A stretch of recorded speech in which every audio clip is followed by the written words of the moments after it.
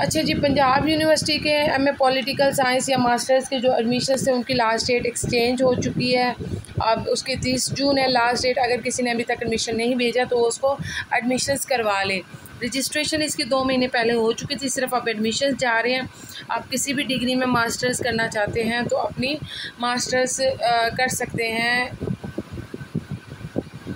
Punjab university से। Punjab university बहुत आसान है, पंजाब यूनिवर्सिटी का रिज़ल्ट बहुत अच्छा आता है और पंजाब यूनिवर्सिटी बहुत आसानी के साथ पास हो जाती है। सरगोदा यूनिवर्सिटी इस वक्त बहुत टफ चल रही है, तो आप लोग अपनी जो साल को बर्बाद ना करें और मास्टर्स करें, क्योंकि ये आखिरी साल है और इसकी आखिरी तारीख 30 जून है पंजाब यूनिवर्सिटी एडमिशन्स की, ठीक है। और इसका ऑप्शनल रखते वक्त वही political sociology, research methodology, international law, international organization, इस तरह के सब्जेक्ट रखें जिससे आपको मार्क्स अच्छे मिलें और आपकी फ़र्स्ट डिवीज़न बन सके।